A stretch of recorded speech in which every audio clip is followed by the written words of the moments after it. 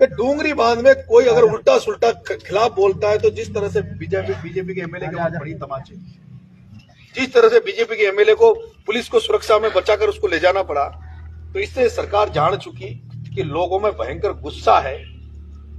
डूंगरी बांध तो दूर, ईंट रखना तो दूर, अगर ऐसा लग रहा है कि अगर कोई गलती से कोई यहाँ पे सर्वे करने आ गया या डूंगरी बांध की कोई बात करने आ गया तो उसकी बिना पूजा हुए वो इस एरिया से नहीं जाएगा। और बीच बीच में तड़के चलते भी रहनी चाहिए, सरकार को पता भी लगता रहना चाहिए कि गुस्सा कितना है, गुस्सा कितना है। दूसरा, इसमें फूट नहीं होनी चाहिए। कई लोग इसमें दरार डालने की कोशिश कर रहे हैं।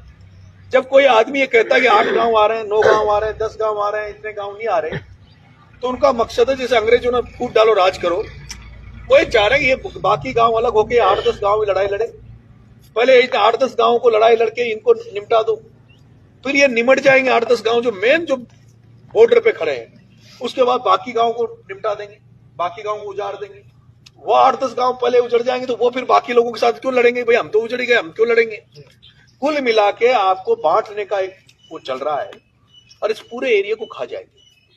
जिस सुख शांति साहब रह रहे हो ना अभी, ये दिल्ली बंबई बनाता हाईवे, तो पूरे लोगों ने सोचा था कि यार ये बनते हमारे अमरूद दिल्ली में तुरंत चले जाएंगे, दिल्ली में बिकेंगे, यही सोच रहे थे। और सुविधा भी हुई, अच्छी बात है, सुविधा हुई कि अभी आपको पिकअप में भरा शाम को आराम से 2 घंटे 3 घंटे आपका अमरूद। पानी की जो व्यवस्था कर रहे हैं ना, ये सारी पानी की व्यवस्था खेतों से ज्यादा तो बड़े उद्योग में जाएगा।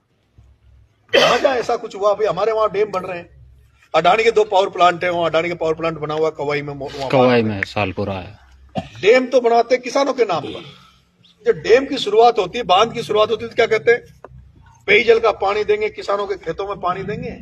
और डैम बनने लगता है तो उसका सबसे पहले कहीं कहीं आसपास की जो बड़ी बड़ी फैक्ट्रियां हैं उनमें चला। अभी आपके यहाँ ज्यादा फैक्ट्रियां नहीं है, कोई ऐसी कोई उद्योग धंधा नहीं, लेकिन इस पूरे एरिया को कॉरिडोर जब बना देंगे 2-2 किलोमीटर का, उसमें पूरा रिक्को टाइप का उसमें इंडस्ट्री डाल देंगे, तो ये जो सुख शांति है ना अपनी, ये सुख शांति गायब हो जाएगी। बाहर के लोग आकर, और जब भी बाहर के लोग किसी एरिया में कहीं फैक्ट्री देखी होगी आपने कहीं, वहां जो बाहर के लोग जो आते हैं वो पूरे कल्चर को खत्म कर देते हैं, हमारे संस्कृति को खत्म कर देते हैं। तो इसमें आपको हमको एक रहना है।